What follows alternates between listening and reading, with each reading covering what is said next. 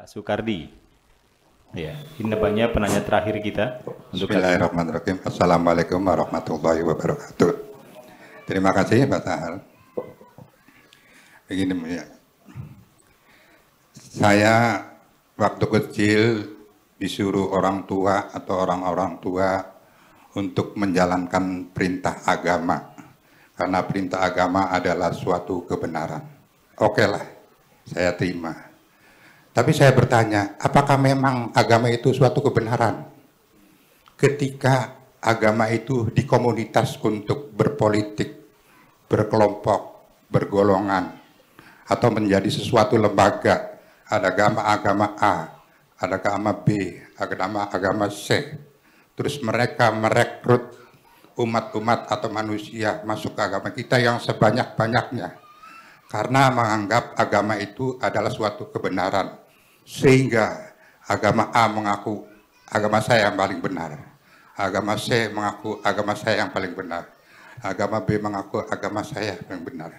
Ini akan terjadi suatu konflik horizontal atau ada clash atau grassroots. Apakah memang bahwa agama itu tidak mengajarkan suatu kebaikan? Umpamanya ketika agama itu mengajarkan suatu kebaikan, kamu nggak boleh mencuri, kamu jangan membohong, kamu jangan menipu.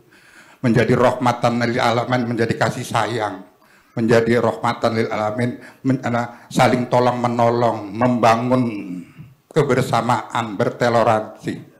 Jadi agama itu kita agama itu atau mengajarkan kebenaran atau kebaikan, loh ya. Itu yang saya maksudkan. Atau agama itu diajarkan kepada mengajarkan kebenaran atau kebaikan. Saya rasa kalau agama semua mengajarkan suatu kebaikan, saya rasa jagat ini aman, tidak ada konflik setelah begitu. Barangkali dari saya begitu, ya. Mohon penjelasan yang terima kasih Bu ya. Assalamualaikum warahmatullahi wabarakatuh. Waalaikumsalam warahmatullahi wabarakatuh.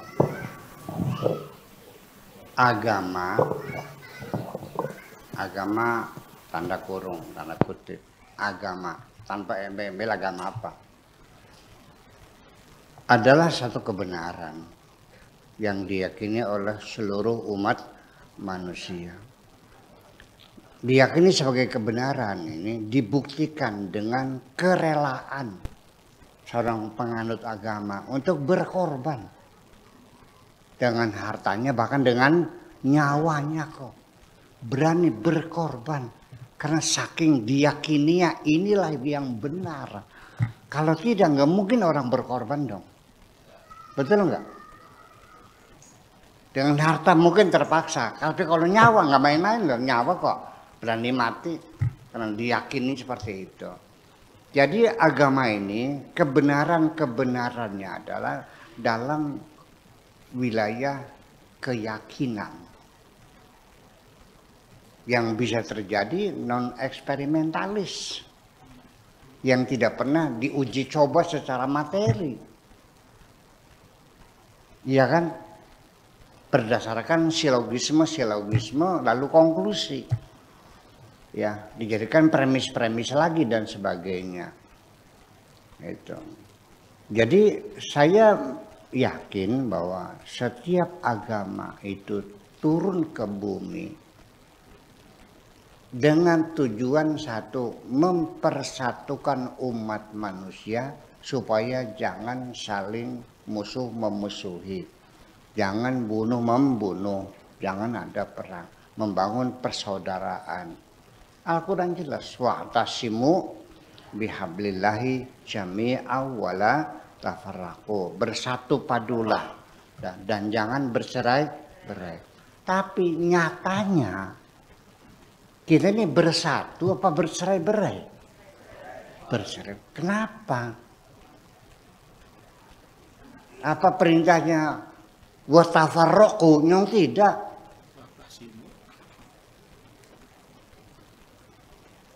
Tapi diberi wala tafarraqu, jangan bercerai-berai.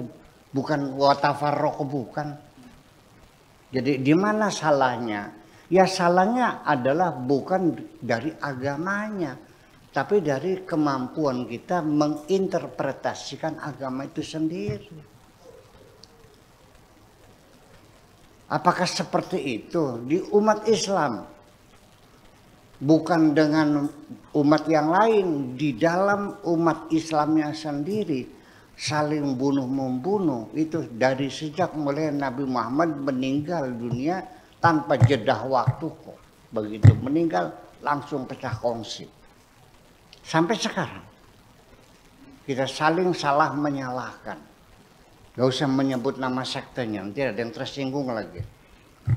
Ya, nanti geger lagi. Pokoknya sekte A, sekte B, sekte C, masing-masing mengaku dirinya paling benar. Sampai dengan tidak ada rasa malu, ya, menyampaikan beberapa ayat-ayat Tuhan tanpa seleksi, tanpa reinterpretasi hadis Nabi, dengan rasa bangganya, dengan self confidence yang tinggi, kita disuruh oleh Tuhan untuk menggempur, untuk memerangi seluruh umat manusia sampai mereka mau mengucapkan la ilaha illallah, sampai mereka mau sholat, sampai mereka zakat. Kalau mau, kita jamin keamanan harta dan keselamatan jiwanya. Umirtu an uqatilan nas hatta yaqulu la ilaha illallah wa yuqimu salata wa yu'tu zakat wa in fa'alu dzalika asamu minni dima'ahum wa amwal, dengan bangganya. Pantes saya mendengar ada orang mengatakan Islam fasis, Islam itu memaksa orang suruh masuk Islam semua. Saya mau nanya, apakah Tuhan mau menyuruh untuk mengislamkan orang seluruh dunia? Yang tidak Islam kamu bunuh semua? Apakah kamu yakin agama A, agama B, agama C punya keyakinan harus menjadi agama B semuanya? Kalau tidak, dibunuh semuanya. Ya kalau begitu agama bukan rahmat dong namanya. Dan pasti akan terjadi peperangan besar dan tidak akan selesai-selesai. Nah ini yang jadi persoalan. Punten, saya tidak menyalahkan hadis Nabi, tidak menyalahkan Al-Quran. Apapun isinya, saya katakan itu benar pada zamannya. Pada zamannya. Dan itu sudah selesai. Sekarang udah berubah dong. Agama Islam mengabadikan perbudakan, membolehkan perbudakan sampai tahun 1060. Apakah itu Islam memang melegalkan perbudakan atau sekadar mengakomodir tradisi yang sedang ada? Saya kira hanya mengakomodir kok. Saya tidak percaya Allah membolehkan manusia dijual dan dibeli. Pasar budak, saya yakin tidak mungkin Tuhanku memperbolehkan manusia dijual dan dibeli, diperbudak. Tapi ayatnya memperbolehkan, nggak ada yang melarang kok. Makanya di demo. Nah itu makanya coba masing-masing agama kalau bisa syukur alhamdulillah, coba kita melakukan reinterpretasi bahwa perempuan dikurung dalam rumah tidak diberi hak sipil, ya, tidak boleh berdagang, tidak boleh keluar rumah sendirian, harus dengan mahrimnya, keluar harus ditutusnya, seperti di negara Arab, Saudi Arabia semacam itu. Perempuan ini hanya sebagai tempat pelampiasan seksual suami, tidak lebih hanya itu. Iya kan? Dagang nggak boleh, jadi bupati nggak boleh, jadi presiden nggak boleh, jadi hakim nggak boleh. Ya, yang penting harus melayani suaminya. Apakah perempuan dicipta hanya untuk melayani seks suaminya? tidak punya hak sipil mereka sebagai guru, sebagai dokter dan sebagainya. Mencari nafkah sendiri. Iya, suaminya mati dari mana makannya? Lah ya itu persoalannya. Ya, itu tradisi. Itu tradisi. Poligami adalah tradisi Arab, bukan hukum dari langit. Jadi ketika Al-Quran mengatur poligami, itu sebetulnya bukan melegalisir, hanya mengakomodir tradisi yang ada di Arab. Itu pun mulai diperbaiki, ujungnya akan menuju monogami juga. Sudah ada isyaratnya, wa in khiftum alla ta'dilu fawahidatan au ma malakat aymanukum. Kalau kamu tidak bisa berbuat adil, sebaiknya satu saja. Sudah ada dalam Al-Qur'annya rencana untuk menuju monogami itu. Tapi kan tidak dilanjutkan. Soalnya kan laki-lakinya enak kan. 4. Serumah lagi. Ya Allah, serumah. Kalau malam kumpul satu kamar, 4 istri diranjang bersama-sama. Suaminya di tengah, sebelah kanan 2, sebelah kiri 2. Enak. Namanya seks orgi. Iya, itu diizinkan. Ya kenapa? Itu makanya yang jadi persoalan sekali lagi, mungkinkah kita melakukan reinterpretasi, ya, dengan tidak menyalahkan teks-teks agama, reinterpretasi, menafsirkan ulang, karena bagaimanapun namanya syariat, undang-undang dan hukum itu pasti situasional dan kondisional atau permanen selamanya. Nah ini yang meyakini hukum itu final permanen selamanya adalah gara-gara karena diyakini agama Islam sudah sempurna. Sehingga apapun hukum yang berlaku pada zaman Nabi, everlasting, selamanya berlaku sampai kiamat. Tidak boleh dirubah karena sudah sempurna. Tidak boleh direvisi, tidak boleh direinterpretasi, tidak boleh, sudah pokoknya apa adanya. Begitu kan? Ini yang jadi persoalan. Ya ini masalah kita bersama ya. Kita nggak usah saling menghujat lah, nggak usah saling menyalahkan. Kita sama-sama beragama Islam dan kita juga yakin Islam itu benar. Ya, cuman bisa nggak reinterpretasi, ditafsir ulang. Ini yang jadi masalah. Jadi kalau masalah benar mah percayalah semua orang yang mengikuti agama, penganut agama apapun itu pasti meyakini kebenaran agamanya. Iya kan? Pasti meyakini kebenaran agamanya. Dan kebenaran agama yang dia yakini itu ternyata ketika diimplementasikan dalam kehidupan sivil bersama civil society ini, ternyata anak perempuan ternyata bertentangan dengan hak asasi manusia.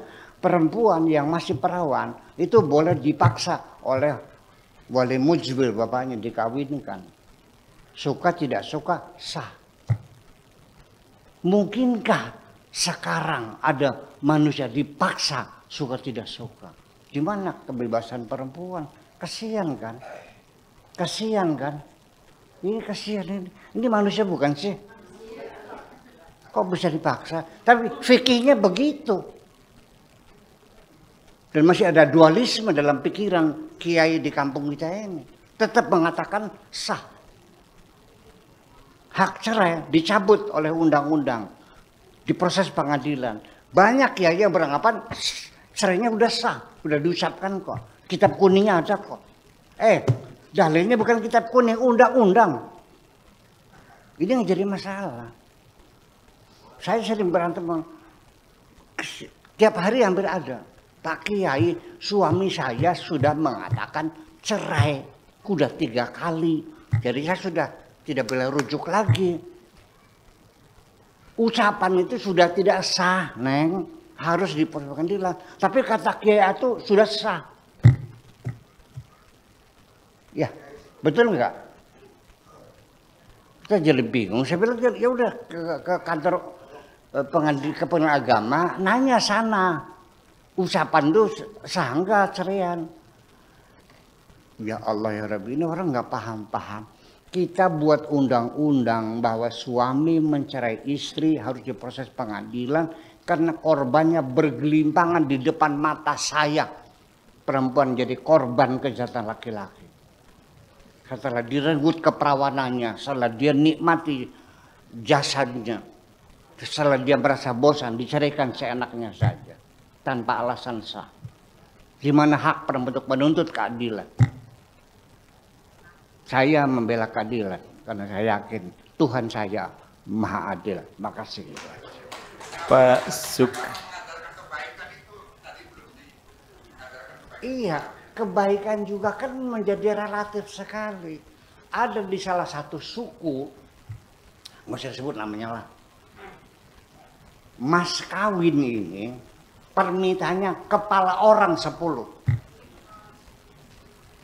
Ada yang 5, ada yang 2. Yang penting supaya dia yakin suami saya adalah seorang pemberani. Orang yang perkasa, bisa nenteng kepala orang 10. Itu di suku itu dianggapnya sebagai suatu kebaikan, kepahlawanan. Tapi kita melihat dari sisi hukum pidana, kriminal bukan? Kriminal. Betul nggak? Ya. Udah, etika saja. Di beberapa tempat, di pesantren yang lain, kalau ada tamu perempuan berbicara dengan kiai, itu tidak boleh memandang wajah kiai, mukanya dibuang ke utara. Saya sering ada perempuan datang, anu Pak Kiai, bulan ini pertama-tama, melihat ke sana nggak? Nuwun pangapunten mengganggu dan kula matur kesuwun saged kepanggih. Ngomong karo siapa? Sini lihat wajahku, sayang loh sini gantengnya. Lah ya iya, itu dianggapnya sopan loh. Bagi saya menjengkelkan. Iya. Mungkin di sana orang dengan jalan ngesot, jalan dengan lututnya berjalan ngesot gitu, cukup penghormatan. Saya merasa terhinakan kok. Saya ini apa sih begitu-gituin? Jalannya biasa. Saya anti feodal kok. Jadi nilai-nilai baik dan buruk itu sangat relatif.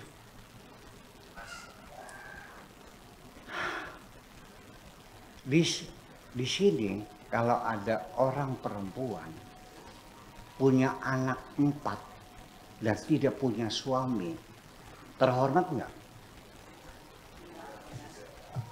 Perempuan punya anak 4 tanpa suami,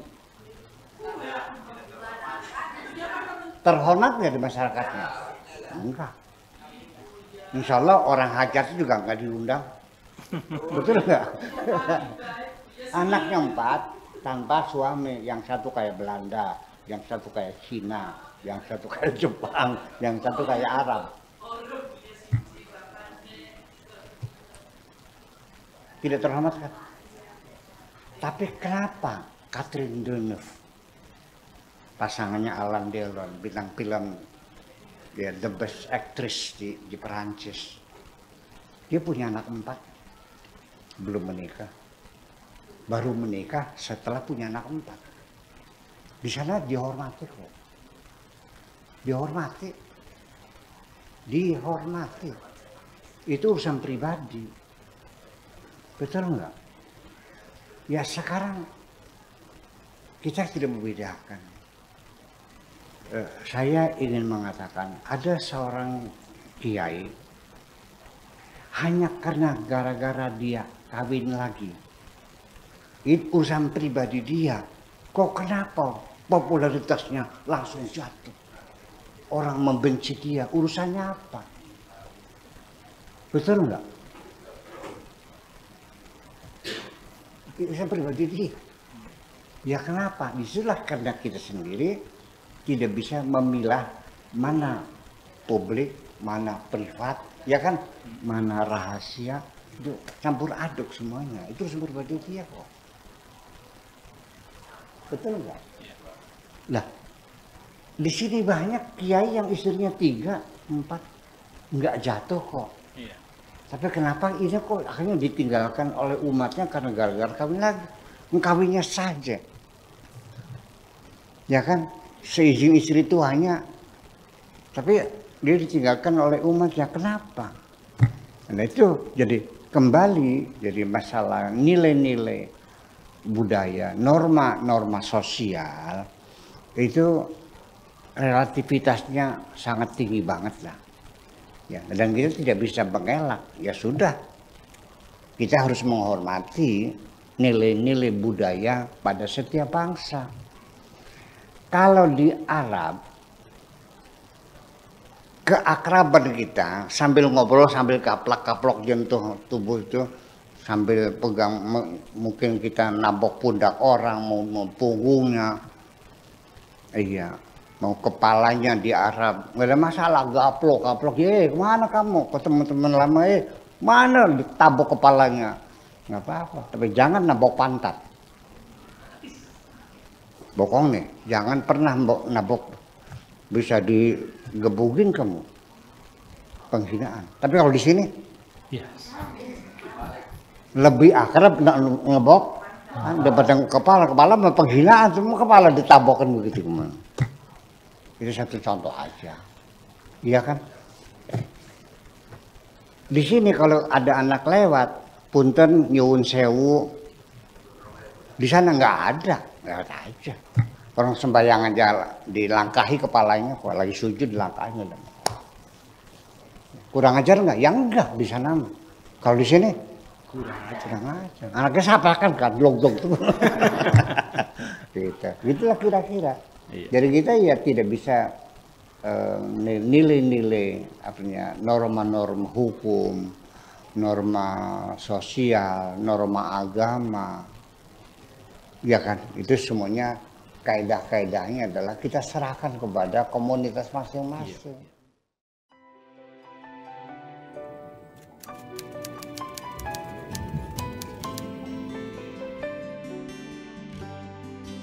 Aku hanya ingin berbagi kebahagiaan dan tidak menggurui siapapun. Terlalu sulit bagiku untuk menyalahkan siapapun. Akan tetapi apabila ada orang yang ingin mengisi raporku, tentu aku sangat gembira sekali. Dan kujamin aku tidak akan sakit hati sedikit.